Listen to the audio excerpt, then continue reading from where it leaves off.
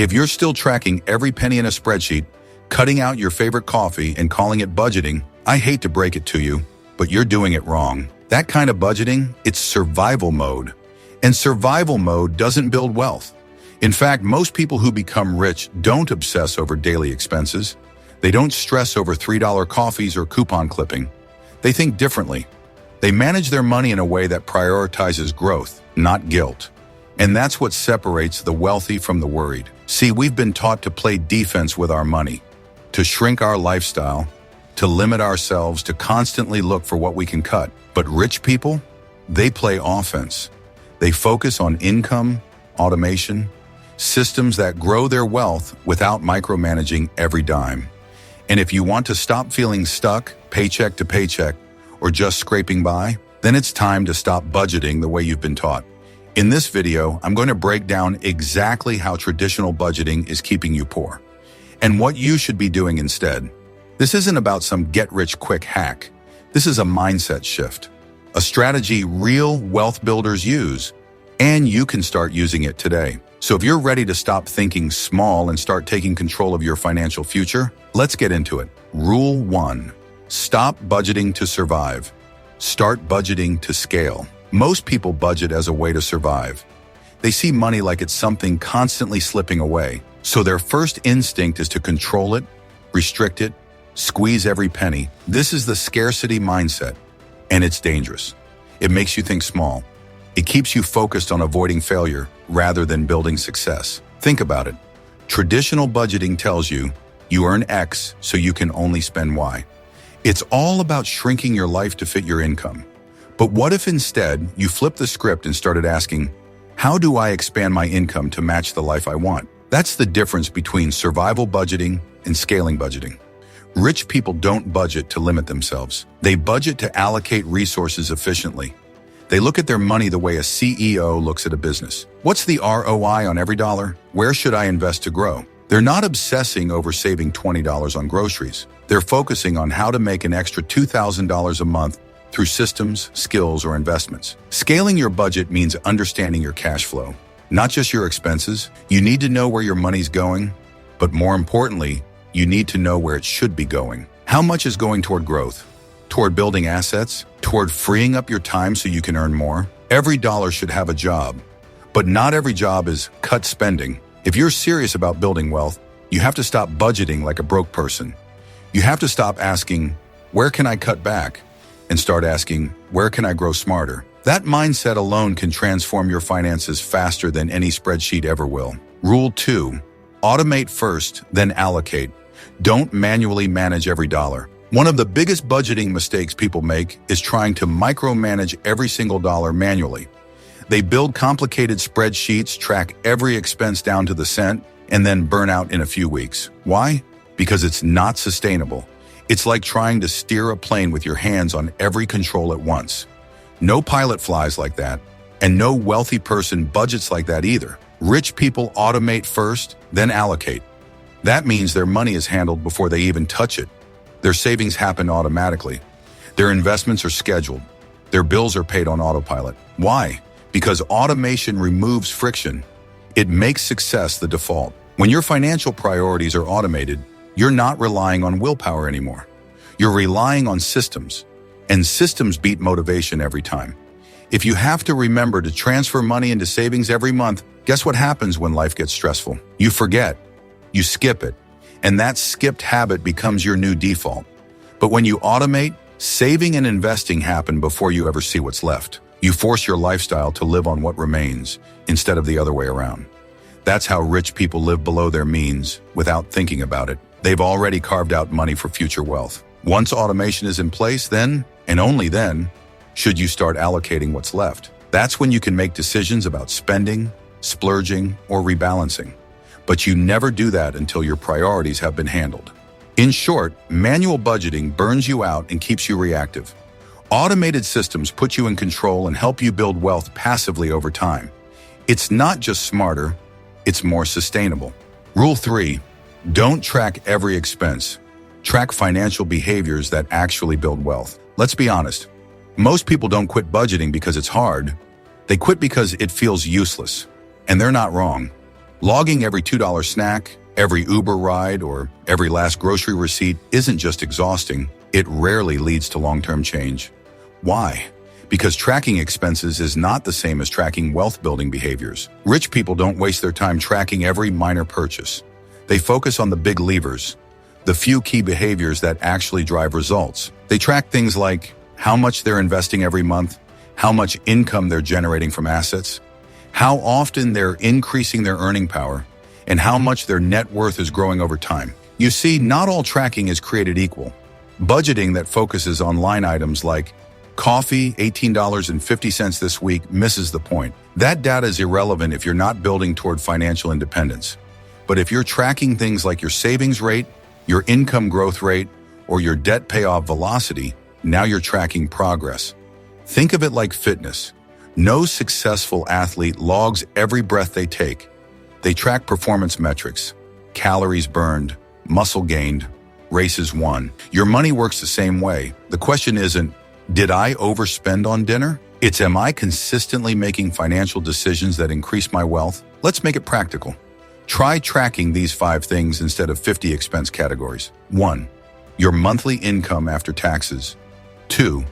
Your total automated savings and investments. 3. Your net worth, assets minus debts. 4. Any debt you're actively paying off. 5. Any new income streams you've created or expanded. If those 5 numbers are improving, your finances are improving. Simple, powerful, focused. Bottom line, budgeting should help you measure momentum, not micromanage your life. Track the habits that build freedom, not the ones that fuel guilt. Rule 4. Stop budgeting in isolation. Connect every dollar to a bigger vision. One of the most common reasons people give up on budgeting is because it feels disconnected from real life. You sit down, crunch numbers, move things around in a spreadsheet, but why? Just to say you stayed on budget? That's not motivating. It's mechanical. But rich people, they don't budget in a vacuum. They connect every dollar they manage to a clear, powerful vision for their life. Their budget isn't a spreadsheet. It's a map. Every number points towards something bigger. Time freedom, early retirement, launching a business, traveling the world, sending their kids to college debt-free. That clarity turns budgeting from a chore into a mission. Here's the truth. Money is just a tool, and tools only matter when you have a reason to use them. If you don't know what you're building, then saving money just to save money is like collecting bricks with no plan to build a house. That's why so many people budget for a while, then stop. They don't feel connected to why they're doing it. Wealthy people reverse the process. They start with a clear vision, then use their budget to fund that vision. They know what they want their life to look like, so every dollar gets assigned a job that brings them closer to it. Saving isn't just about safety, it's about freedom. Investing isn't just about returns, it's about options. Spending isn't just consumption, it's a reflection of values. Let's make this actionable. Ask yourself, what do I want my money to make possible in 1 year? 5 years? 10 years? What kind of life am I designing? And what does it cost to live that life? Which expenses in my life are aligned with that vision? And which ones are distractions? Once you have answers to those questions, budgeting becomes exciting. You're no longer just organizing your finances. You're activating a strategy to build your dream life. So stop budgeting in a box. Connect your money to your meaning.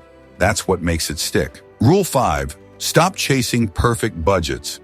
Build flexible systems that adapt with you. Here's the harsh truth. No one sticks to a perfect budget forever. Not even wealthy people. Life isn't predictable. Incomes fluctuate. Emergencies happen. Priorities shift. That's why budgeting shouldn't be built like a rigid contract. It should be a flexible system, one that grows and adapts with you. Most people quit budgeting because they think they failed. They overspent in one category, missed a payment, or had an unexpected expense. And instead of adjusting, they abandon the whole plan. That's not discipline. That's perfectionism disguised as productivity. Rich people don't aim for perfection. They aim for resilience. They create systems that handle reality, not fantasy. Their budgets include buffers. Their financial plans expect variability. They're not caught off guard when the car breaks down or when income dips for a month. Why? Because they built systems that expect life to be unpredictable. Here's what that looks like in action.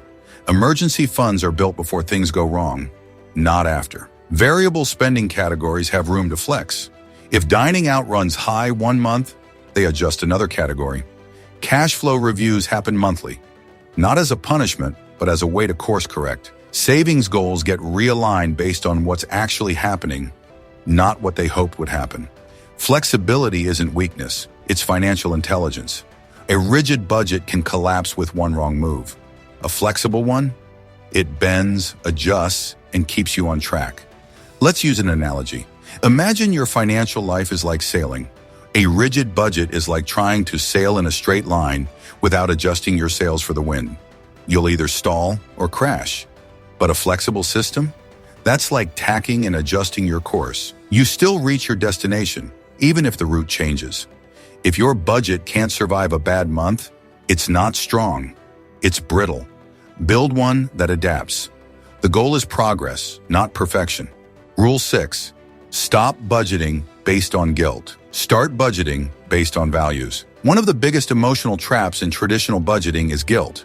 You overspend on something you enjoy, and you feel bad. You treat yourself to a weekend trip, and you immediately start thinking about what you shouldn't have spent. It turns budgeting into punishment, not empowerment. Here's the secret wealthy people understand. You don't get rich by depriving yourself. You get rich by aligning your money with what actually matters to you. That means spending intentionally, not restrictively, and it starts by budgeting based on values, not guilt. Let's break this down. Most people think budgeting is about saying no, but real financial mastery is about saying yes to the right things. It's not about cutting out all fun. It's about making sure your spending reflects what actually brings you long-term joy, purpose, or peace. Rich people aren't afraid to spend money. They just spend it with clarity. They know what they care about, and they invest in those areas without apology. If health is a value, they'll gladly spend on quality food or a gym membership. If family is a value, they'll plan for vacations or childcare. If growth is a value, they'll spend on books, courses, mentors, and they'll cut ruthlessly from areas that don't matter. Not out of guilt, but out of alignment. That's the key shift. You don't eliminate spending because it's bad. You eliminate it because it doesn't serve your bigger picture. Here's an exercise. 1. Write down your top 5 personal values. 2. Look at your last month of spending. 3. Ask, does this reflect who I am and what I care about? If not, that's your real budgeting problem. Not the coffee, not the takeout, not the subscription, the misalignment. When your money supports your values, budgeting stops being a grind. It becomes a reflection of who you are and who you're becoming. So stop budgeting based on guilt. You're not here to punish yourself. You're here to build a life that feels good now and gets even better over time. Rule 7. Stop thinking like a consumer. Start thinking like an investor. This is the mindset shift that truly separates the financially free from the financially frustrated. Most people budget from a consumer mindset. Every decision is about spending. Can I afford this? Is this a good deal? How much can I save if I cut this? Their relationship with money is all about cost, not value. They see money as something to use, not something to multiply. Rich people don't think like consumers. They think like investors. Even when they spend, they're thinking, what's the return on this? That return might be financial, like buying stocks or real estate, but it could also be mental, emotional, or time-based. A course that teaches them a high-income skill, a cleaner that buys back hours of their day, a network event that opens doors. To them, every dollar is a soldier, and it should go to war for their future. That's the core difference. A consumer uses money to feel better now. An investor uses money to build a better life later. And that shows up directly in how they budget. Here's a concrete example. A consumer asks, how can I lower my monthly expenses? An investor asks, how can I increase my monthly cash flow? Same situation, but completely different outcomes. One is shrinking, the other is scaling. Let's take it deeper.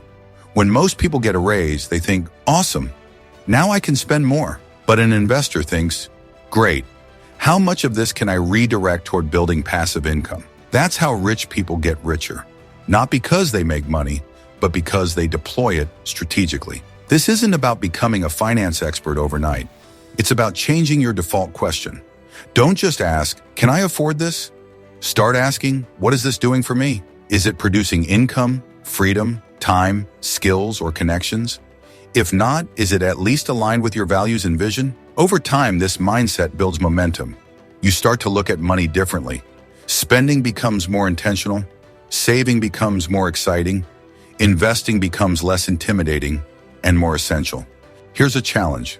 For the next 30 days before every major financial decision, ask yourself, is this helping me become a better investor in myself, my income, or my freedom? If the answer is no, pause. If it's yes, proceed with clarity. The path to wealth doesn't start with budgeting apps or expense trackers. It starts with a different set of questions and a different way of thinking. Stop acting like a consumer. Start operating like an investor. That's how real wealth begins. If this video helps shift the way you think about money, even just a little, do me a quick favor. Hit that like button so YouTube knows this is worth sharing. It takes 2 seconds, and it helps this message reach more people who need it. And if you've got a thought, a question, or even your own take on budgeting, drop it in the comments below. I read everyone, and I'd love to hear your perspective. Thanks for watching, and I'll see you in the next one. Let's build smarter. Let's build wealth together.